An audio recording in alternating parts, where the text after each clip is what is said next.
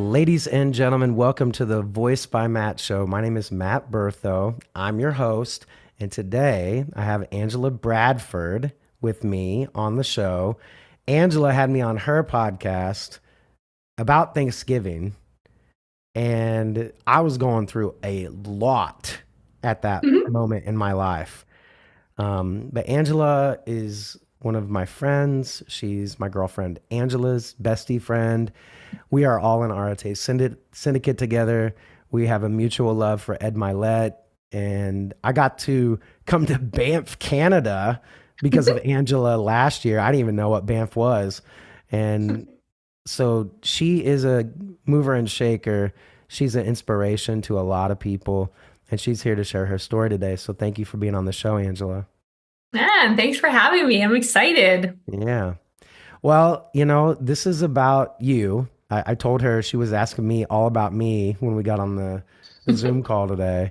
Um, but this is about her. You get to share your story today, Angela. And um, I know there are a lot of people that don't know you that are going to listen to the podcast. So this is an opportunity for them to really get to know you. So I would like to start from way, way in the beginning. Tell us about mom and dad. Tell us about how you grew up. Tell us about, high school to college. Like, what did that even look like? Like, just Sure. give us a little origin story. Okay, well, I'll go way back. I was a twinkle in my daddy's eye. Anyway, but Mm. my mom actually had three, four miscarriages before me. Um, Whoa. so I am a miracle child. My brother's adopted, and my sister Rochelle, who lived a year in ICU, was just before me. Mom became pregnant with me while she was dealing with that, which was Mm. really hard. And then she became pregnant with me, so she didn't really want me. Not that she didn't want me. She didn't want to go. She didn't want to lose another baby, you Yeah. know. And but thankfully, my mom gave up a lot of her life because she went on like 3 months of complete bed rest. Like she couldn't even, if she had like she lost the other one because she like cleaned the house or something. She couldn't do anything, which I just can't imagine. Like that'd be so hard. Wow. Complete bed rest. And then I was born, their little miracle redheaded stepchild, and with a heck of a temper, and Oh, came in the world. And yeah, I was homeschooled. really? um, Later in life, we figured out I probably was dyslexic, which I'm really grateful I was homeschooled because then I was able to actually learn how to read and write. Because mom put a lot of time into phonics and all of that kind of stuff and made Mm. school, I guess, quote, fun. I did 3 months in a Christian school in grade two, but other than that, I've been completely homeschooled. I actually don't even have a GED. We did a high Wow. school certificate. I graduated, a year early, quote, graduated. Like we had what we call graduation. Like I had my standards I had to do, but I didn't pass that because I'm like, I don't understand algebra. Algebra doesn't make sense. So we're like, well, you probably don't need algebra. I'm like, yeah, probably not for where I'm going in life. I don't need algebra. So we decided I didn't need to do that. And That's yeah, awesome. haven't needed it yet. So I guess it was a good choice. I got into horse training when I was probably about 15. I started riding the neighbors' horses. My dad said they were hay burners, so I started riding the neighbors' horses, and they gave me an opportunity to start to train horses about a year after I started riding horses. So I started training horses with absolutely no experience, just reading all the books and trying every method out there. Mm. Fell off, bucked off, all the things quite often, sometimes like 5 times a day. I remember happening before. And so it was really cool because I was homeschooled. I'd get up at like 4 or 5 in the morning, get my homeschooling work done by like 8, and then I'd go out and ride the rest of the day, and I'd come home after supper, and then go to bed kind of thing. And so that was my schedule as a late teenager. During all that, my dad left for a little while when I was 7, and there was drugs involved, and we prayed, and God brought him home, and he was a changed person. And my parents are on 50 something years of marriage now, and it's really Wow. cute to see them actually. Dad's actually super helpful now more than he ever was. It's cute to Aw. see. So really grateful for that. Really grateful for the power of prayer. Became a Christian at 3. That was a huge turning point in my life.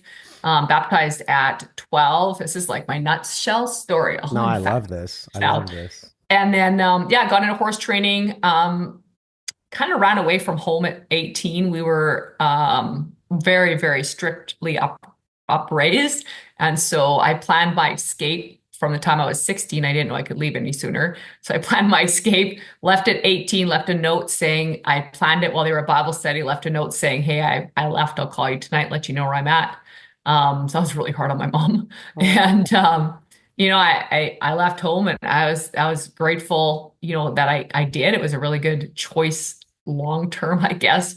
My parents are now my best friends, by the way, for anyone listening. We Mm. worked through all of that, but yeah, I went out and then I got into, horse training. I went down to Minnesota. I trained horses down there at about 19, came home and got into, I realized I liked the highway, got into truck driving. Well, I got my class one, I got my for CDL in the States. I got my class two, which is school bus driving because I couldn't run the highway yet. Started driving school bus for 10 years. In the meantime, I started running horses all over the continental US. I've been to every state but Rhode Island and Maine, with the one time when I was in my early 20s. And then, training horses in the meantime, started building houses because I was like, well, maybe I want to be a journeyman carpenter. What? And I decided that that was not what I wanted to do, but it was fun. Holy And crap. at the time, so everything blue collar. And then I got into long haul truck driving. After 10 years of school bus, I actually got into full-time long haul truck driving, did that for 3.5 years, got introduced to financial services, quit truck driving, got into financial services, and now we've been doing that full-time for the last 8 years. So there is my story in a nutshell. Wow. Oh my gosh. There's a lot to unpack with that. Um, well, one thing I want to say is you're really, really, really tough because none of those jobs that you had are easy jobs at all. And they're very hard on the body too. It's tough. That the truck driving, my dad did that, and you know, long nights. He'd come home exhausted, and he'd just want to sleep. And also, I want to say this. There's some questions I want to ask, because I've seen you work with your team. I've seen you communicate with them. I kind of watch everything that happens around me. But I also see how much they care about you and support you, and um, how they respond to you, right? So I'd like to ask you that question. Like, you have some very natural leadership skills that I've noticed that you've had to develop, I assume. And I'd like to know, like, where did you learn that people would listen to you? Like, where did you learn that you had this gift to see inside of people what they didn't know was already there? Oh my gosh. Well, first of all, nothing natural about it, I would say. Um, it's all trained Oh. and developed. Um, for instance, all the jobs that I mentioned, basically all of them are very independent. Mhm. Homeschooled, dyslexic, by myself, training horses, driving long haul truck driving, school buses around kids. So Yeah. basically everything was by myself. Then I got financial services and had to learn how to build a team. And that was really hard. Like I blew pretty much everyone out of the water in the first few years just because I was very intense. And and then my leadership, you've got to have good coaches in your world. My leadership was like, you need to figure this out or you're going to be stuck where you're at. They said it very diplomatically. And I was like, oh boy, this is a problem. And so they're like, you need to, I'm like, how do I change it? They're like, well, you need to become obsessed with John Maxwell. Oh I'm yeah. like, okay. So I started to become obsessed with John Maxwell, his audios, his books, any podcasts, like he's all the things. I was like, I'll do all the things. So I started becoming completely obsessed with leadership development Wow. and, becoming that version of myself. And I think through all of that is where, that's where I'm at today. I'm still working on a lot of stuff, but I'm just like, okay, what can I do to become a better leader? Because the speed of the leader determines the speed of the pack. So, I mean, a lot of it's just like doing the work, which I'm pretty good at that, but also like helping my people do the work. It's taken me time. It's still something I definitely work on like daily to make sure that I'm like doing it right, I guess, or Mhm. trying to do it as right as I can. So definitely was not something it was natural. It's been like one of the biggest things I've had to work on coming Mhm. from everything into what I'm doing now is been the leadership development. I mean, yeah, because I just was super direct. I blow people out of the water. I just like the whole like love on people. I'm like, what does that even mean? And a lot of it was just because I'm hard on myself. And so, how you relate to others is normally how you relate to yourself. That's why like self-love and all this stuff that goes around, sometimes it's miscommunicated, I think, but the idea is right. If we don't love ourselves, we can't love someone else. If we don't believe in ourselves, we can't believe in other people. And so it all starts with that. I'm like, oh, so I've had to really work on that self-love, like real self-love, not just like going and getting your nails done, but like actual like self-discipline, doing the things, looking after yourself. And a lot of that came from, I would say my biggest growth opportunity was obviously getting diagnosed with MS in 2019. Mm, And what that's all changed from a super active, super always on the go person to not being able to physically do a lot of the things that I used to be able to do. mm, And so I had to like really change and really grow really fast. It was a forced growth yeah. session since then. So yeah, I don't know if that answers kind of that, but it's definitely not a natural. Anyone listens like, oh, you don't have to have natural. You can learn it. You can learn Well, leadership. you have this drive inside of you that is, it's a fire. It is totally a fire. Um, and was that something that your mom or dad had? Did you notice at that at all? I look back and yes, I definitely agree with that. And I know not everyone has this, or neither should they necessarily.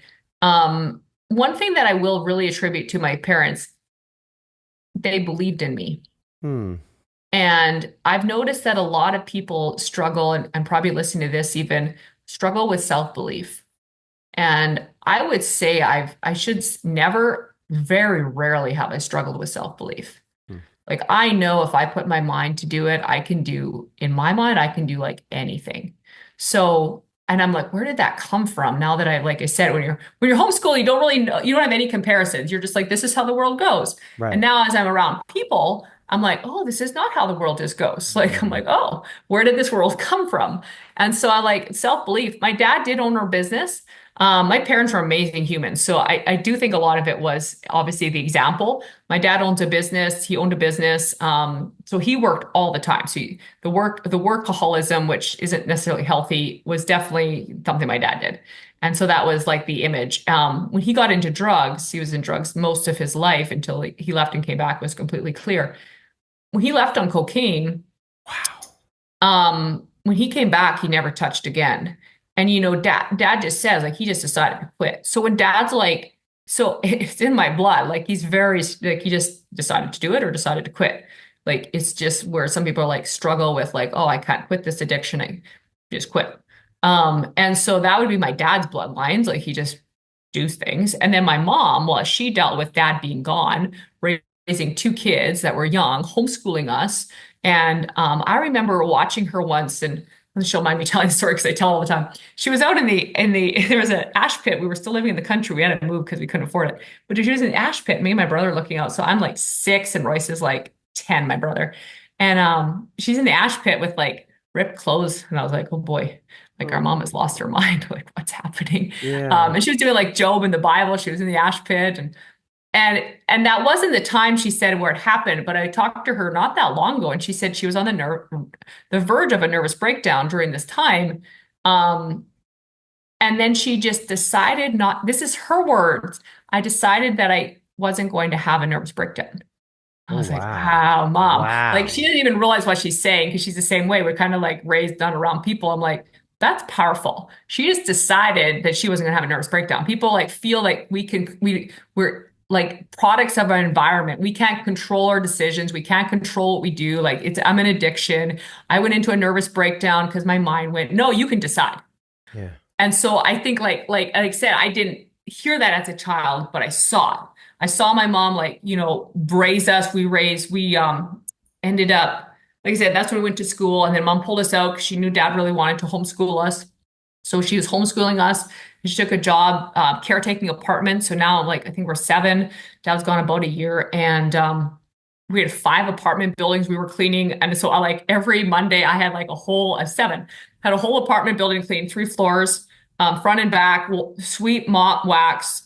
I made the bread. We made the bread from scratch, like ground the flour, made it from scratch. I did the laundry. That was every Monday. That was my job because they went to the other buildings that we weren't staying in. So they were like, they didn't want to send me out there. So it was near my home. And they went out and cleaned those buildings while I was doing this one. And, so the work ethic we learned as kids was crazy awesome. But like seeing my mom do that, and then she's homeschooling us and she's raising us and doing all the things at the same time. Like as a child, I just kind of, it's a terrible child too. I had a heck of a temper. And so she dealt with that. Like every Monday, pretty much, I throw a temper tantrum, and then sometimes I'd like get a migraine, and then I'd be out for the day. So I didn't always do all Oh, the work. Um, so my mom, like, I'd call like child services. I didn't call them. I didn't like call them, but I like call like neighbors. I'm like, call child services. Like, oh pick my no one. Like gosh, my poor Angela. mom. Yeah, I was a hellion child, and love my mom. I don't know how she did it. I'm making up for it now. I'm looking after them now. I feel like we're catching up on lost time now. Yeah.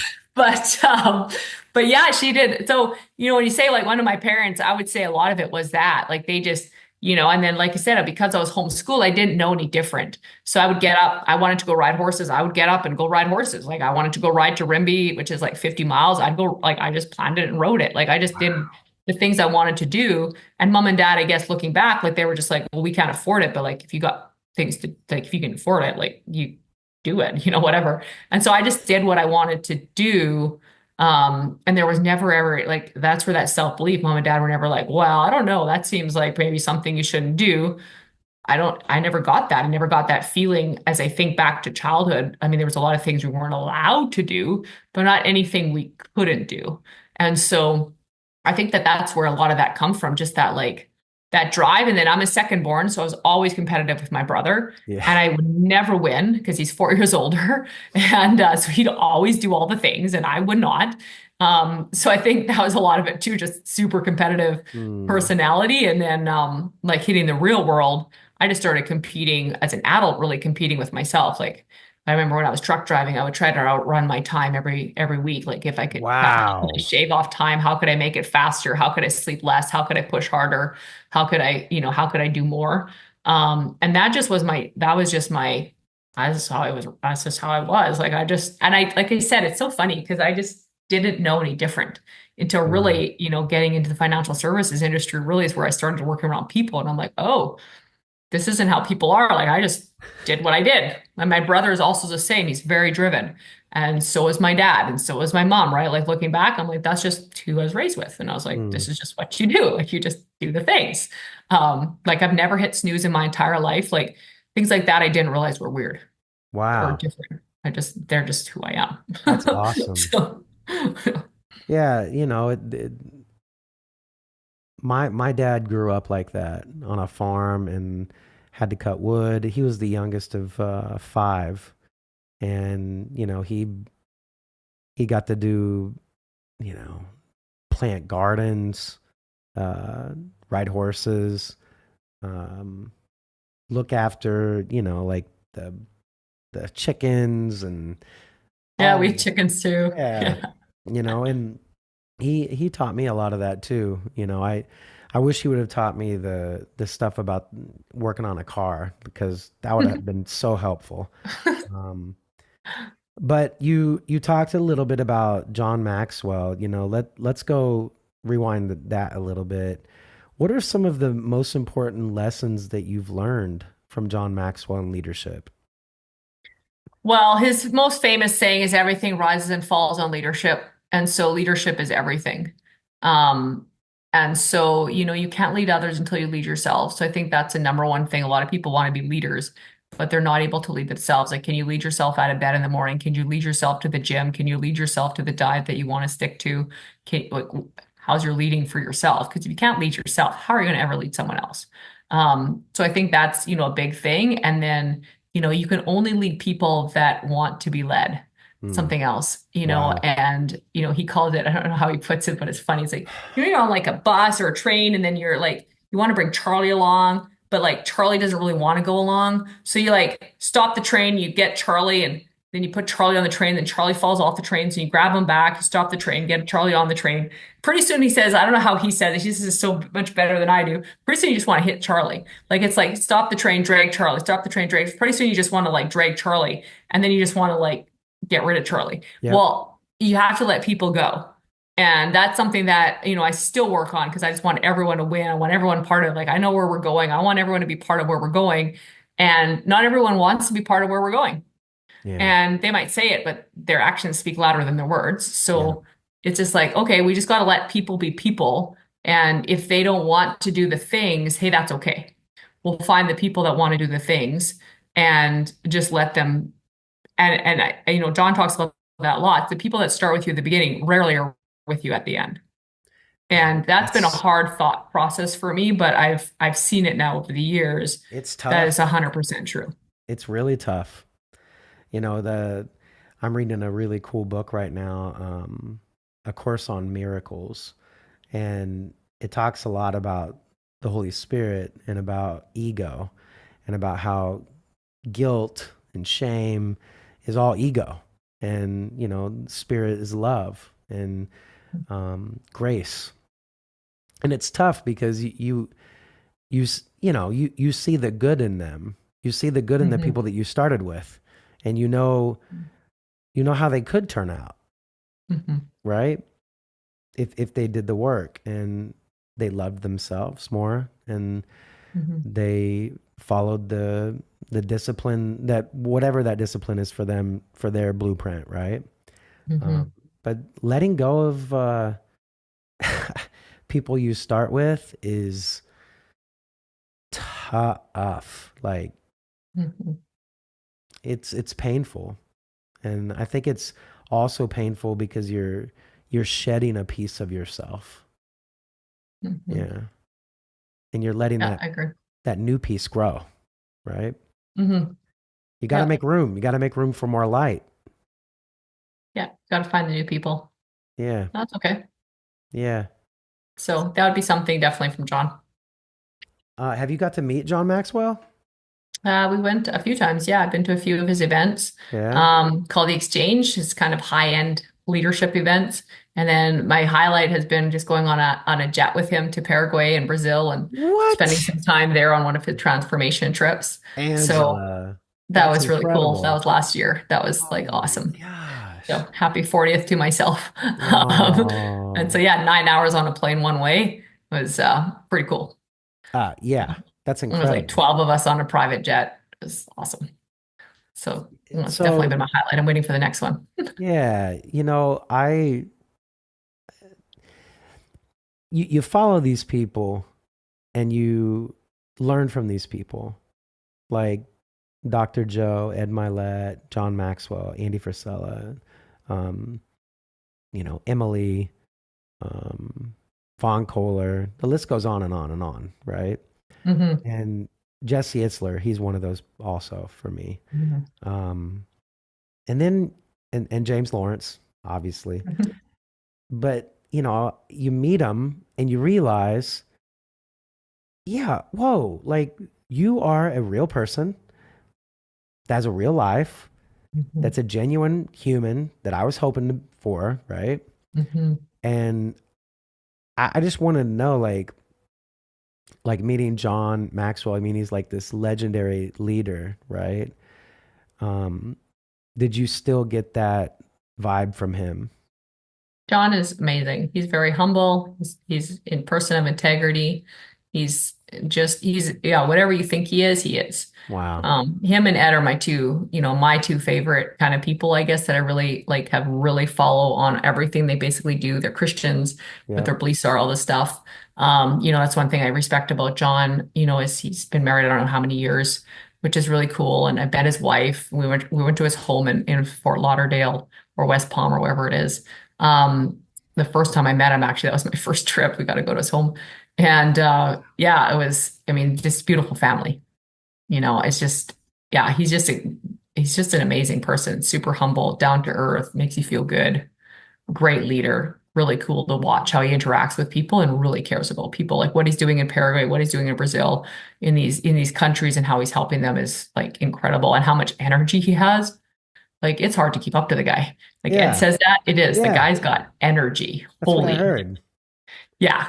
He's like in his 70s and he's like up early. He's like late. He's like running around with people, like literally doing his like, his whatever is like he does his little dances and stuff too on stage. Like he's super amazing.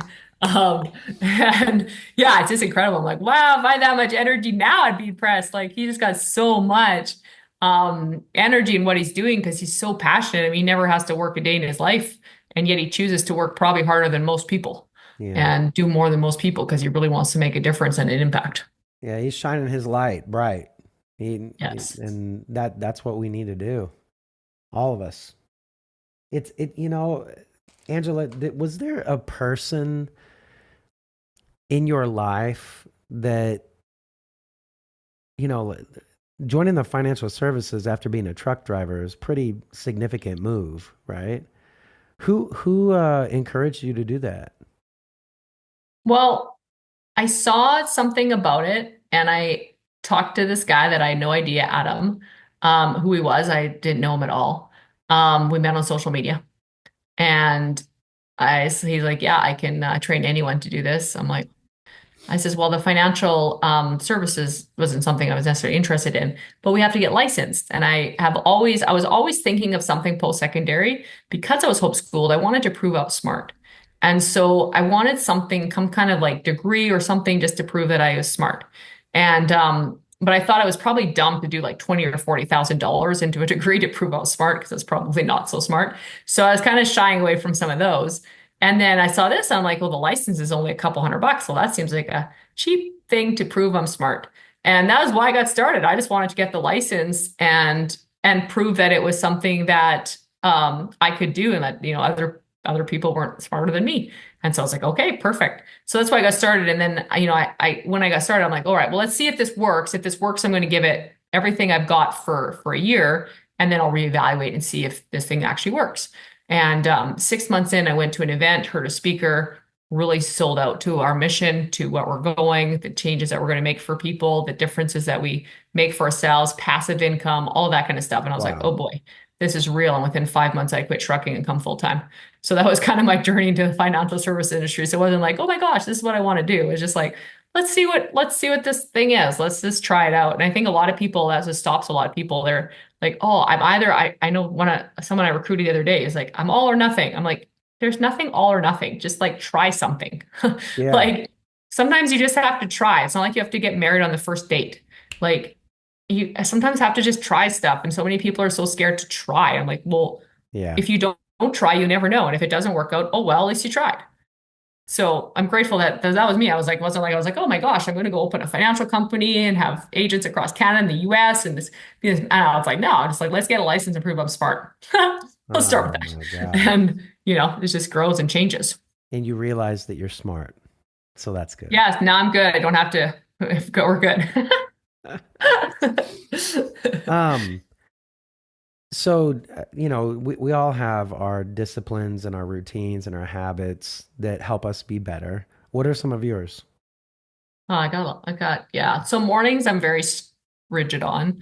So I get up, I have the weirdest sleep pattern, probably from trucking. So I just get up whenever I get up. Sometimes 1 o'clock, sometimes 3 o'clock, sometimes 2 o'clock.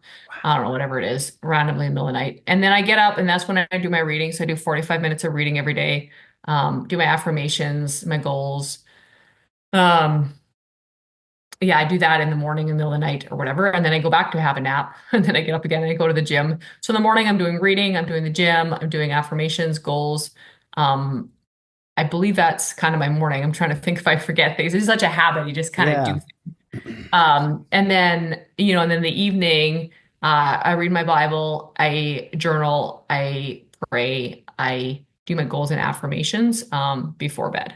So those are, I beautiful. guess, like religious, if you want to call it that, that I do every day. That's Like it doesn't matter if awesome. it's a holiday, it doesn't matter if it's a weekend, it doesn't matter, what it is. That's like an everyday thing and has been for quite a few years now, I guess, 3, 4, 5, 6 years. I don't know. Time flies.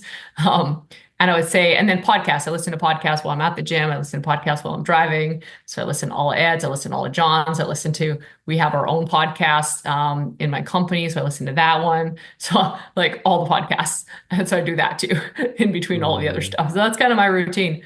I mean, each book I've heard is worth 2.5 years of study. So if you can read a book a week, like you're getting 2.5 years of learning a week, which is that's crazy. pretty I never cool. even thought about that.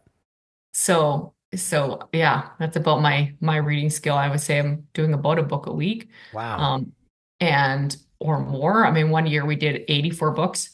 But like, I think sometimes you can just read to consume. And so now, like a lot of times I'll reread the same book over and over again. Sometimes right away, like multiple times, just to really like get it to sink in Yep. and not just be like reading to read and reading to actually change. So I think that's important. And then that personal development events, like I said, we're both in Arte. So I go try to go to all their events. So far, I've been blessed. I've been to every event I was able to go to. And then we have, I've been to the John Maxwell events. I've been to a Dr. Joe Dispenza event. So Oh, I want to go to yeah, a Dispenza event so bad. Like they that. got one coming up in Orlando in October, I heard. Um, just throwing that out there. So, one of my friends is going and he telling me about it.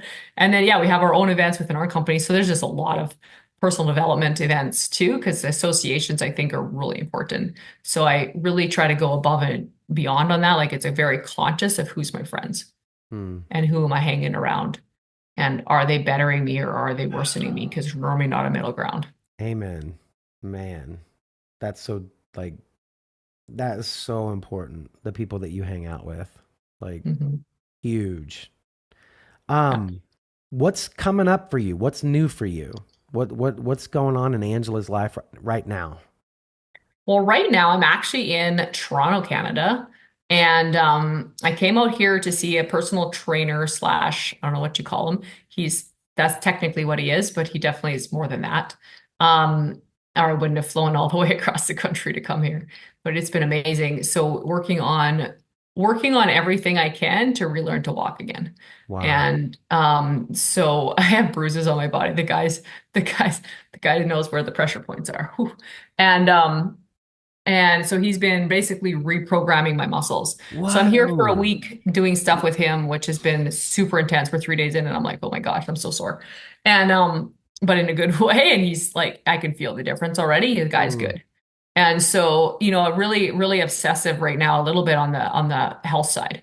I believe that I'll be healed. I believe that this is temporary. I've always thought that. amen. However, in the meantime, I'm like, there's a lot of things that I can start to do. So I've decided to start to do them Good. and to see what they can do for me and how they can help me and then hopefully help other people.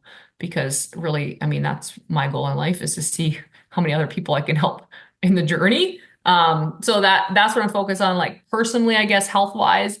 Um, and then we're on a growth within the team, really starting to expand across the states. So that's been a huge focus to really, really, really start to do some things down there, sell my Awesome. house, I think, so I can be even more of a gypsy, and travel more and not be comfortable with life. So I'm always trying to figure out how to Yeah, get to the next Angela level. told my girlfriend Angela told me some ideas that you guys had, and I was like, oh my gosh. Yeah, to become a complete nomad. It just sounds really uncomfortable, so that's good. I'm always looking for what's uncomfortable next. And then, yeah, got an event with Ed Milet at the end of October, so excited for that. Then I think I'll just stay in Florida for like a month, go to Mexico for 3 months. We've got a cruise in between to Yeah, we work do. remotely, so a lot of fun personal stuff going on throughout all of the other stuff. So I guess that's kind of what we're focused on. Well, you have such an incredible story, and I've got to hear you speak a couple times. Um, so tell me, Angela, I'm gonna ask you four questions, and I ask these four questions on every podcast. Okay. Cool. So the first question is, what do you love? What do you love more than anything in the whole world? My mom. Hmm. How come? She's amazing. I don't know, make me emotional, but she's just an incredible human. All she's dealt with, all she's dealing with right now. And she's listening to podcasts. She's in her 70s. She's starting to personally Oh, development. Like she's on this journey too. And it's really cool yeah, to do the journey together in that sense and to, help have her grow to her best self and see her being willing to do that. I've told her that too. I'm like, it's so cool that you're growing, mom, because so many of my parents, like my friends' parents, aren't. And it's no. hard when they're growing and their parents aren't, whereas mom's like trying to grow. And so that's really cool. And just like I said, I know what she went through now as an adult. I see what she went through when I was a child. And I was like, wow, she's an incredible human to have dealt with me while dad was gone and with my brother. And my brother wasn't, I don't think he was terribly bad, but I was, and all the things. So I just really admire her. She's an incredible human. Hmm. Okay. Yeah, definitely. Next question. What makes you tick? What gives you excitement? It's a good question. I've actually been trying to figure that out, like what gets me excitement. I think I'm just always on a constant drive to become my best self. Hmm. I'm just like obsessed with like becoming better. And Ed talks about like at the last day of your life, looking back, say it's something like that. Like I don't know, it's just like a drive I've had since I was a child when I look back of like always doing more, being more. And I don't know that I'll be honest, I'm not sure that it's always healthy. I think Hmm. sometimes it's like a identity crisis Yeah. problem, which I'm working on, but it does drive me and it definitely makes me tick. Is like becoming that, I'm here for a purpose. My parents named me Angela, which means God's messenger. And I really stepped into that in 2020 that, that is my name. That is why I'm here. And that God put me on this earth for a purpose. And therefore, until my Mm. purpose is done, and that means I'm dead, I've got to like be everything that I can be with his strength because I'm here for something bigger than me. Yeah. And you segued to the next question already, but you can elaborate on it a little bit more if you want. What are your purposes? Hmm. Yeah, so definitely, like I said, I'm here. I know that I'm here. That God put me here at His purpose to be a light. I've some people are starting to go to church with me, and that makes me really like. I Mm. just feel that's amazing. So more people to learn about, who Christ is and who He is definitely. I'm still working on really stepping into that, but I know that's why I'm here for. And then just helping people just become the best version of themselves. So many people are mediocre or average and okay with that. If they're really okay with that, that's fine. But a lot of people just don't know how to get to the next level. Yeah. So opening their eyes on like, Loads. what do you need to do? And so they can start to, I love that in my team, like seeing people start to read and personally develop and start to realize there's a next level of Yep. whatever that is. It could be financial, could be health, could be, just in their family, just in their relationships, whatever, there's a next level. Like a Mm. lot of people that I'm, around are quitting addictions and stuff like that are working on it. Like Mm. that's what I feel my purpose is just being a light and helping bring light to a dark world. Mm. Okay, the last question, which is kind of a mashup of all of the questions, but you like your mission. Why is Angela Bradford on Earth? Well, still working on that. It's a big Uh, question. I know we have a mission in our team is helping ordinary people become extraordinary leaders and help change the world. So I mean, technically, like that's what I feel like. I'm here to help change the world, but that sounds Mm. so cliche, I feel like. But how is, I keep changing. Like I said, I went from truck driving. I've changed so much in my life. I'm not really sure, what my next step is and where it's going to go. Like I'm just along for the ride, I feel like somewhat. But just really I guess the biggest thing is inspiring people to become their best selves right now. That's what I feel like at this moment, that would be my mission right now. And what I've been entrusted with is like becoming that version of me that other people can see themselves becoming also so that they can rise up to whatever their best is, Mm. that God has in store for them. Mm. I love that. And you're doing it. You inspire people all the time. Thank you. Yeah. I love your podcast title. One is it One one starfish. starfish at a time? Right? One starfish. Yeah. One starfish, yeah. Um, yeah, tell that story real quick and we'll wrap this Sure. up. Sure. So one starfish is something that's really close to me. There's a poem. There's a couple different versions, but one of the versions is little girl or little boy is walking down the beach, and there's a whole bunch of starfish because they wash up when the waves come in.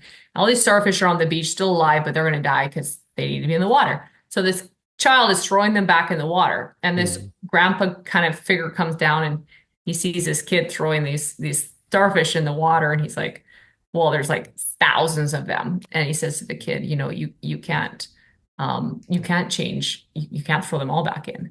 And he says, yeah, but I can make a difference for this one. And Mm. so I just think all of us can make a difference for one person. And if everyone makes a difference for one person, that's how the world changes. And so, Yes. I have that poem up in my office. Yeah, the podcast is name on it. I give out starfish to my team because I just think it's one person at a time. Sometimes we want, like I said, I want to change the world. But really, it's changing one life. And really, if you're listening to this, that one life starts with you. So you Mm. have to change your life before you can even think of helping other people change their life. Yep. Amen. Angela, how can people get a hold of you? Probably the best would be Instagram. Real Angela Bradford, one word, real Angela Bradford, and definitely reach out to me there. Be happy to chat about anything, MS, trucking, life, Mm. whatever it is. Yeah, reach out to me there. I would say that's probably the easiest way to get a hold of me. Well, I thank you so much for being on the show today and sharing your story. You are such an inspiration to so many people, especially in the circles that we're in. You inspire us all the time, every day. I see Angela on Instagram already in the gym, and I'm laying in bed. I'm like, man, I better get my butt out of bed. Angela's already in the gym. I better get this going. And Appreciate I it. I get to spend some time with you in on a cruise. Yes, I'm so excited. It's going to So be so awesome. that's gonna. I've never been on a cruise, so that's gonna be a new adventure for me. It'll be only my second, so I'm like not super experienced yet. There you go. Is there anything you'd like to leave us with today? If you're listening to this, and I mean, if you're listening to this, you're obviously into a personal development world. What could take you to the next version of you? Is it, who are your associations? Who are the five people you hang out with? But do they have the life you want? Because if they Mm, don't, you need to find people that have the life you want because you will become the sixth person. So making sure your associations are who you want to be like, relationships, financially, whatever it is, health wise, all that kind of stuff. I would say that's kind of where I'll leave it is, find the people that you want to be like. yeah, beautiful. Well, thank you, Angela, for being on the show. And thank you guys for listening. Please reach out to Angela. Go give her a follow on Instagram. Talk to her. She's an amazing human. And we will see you guys next week. Thank you, Thank you guys. so much.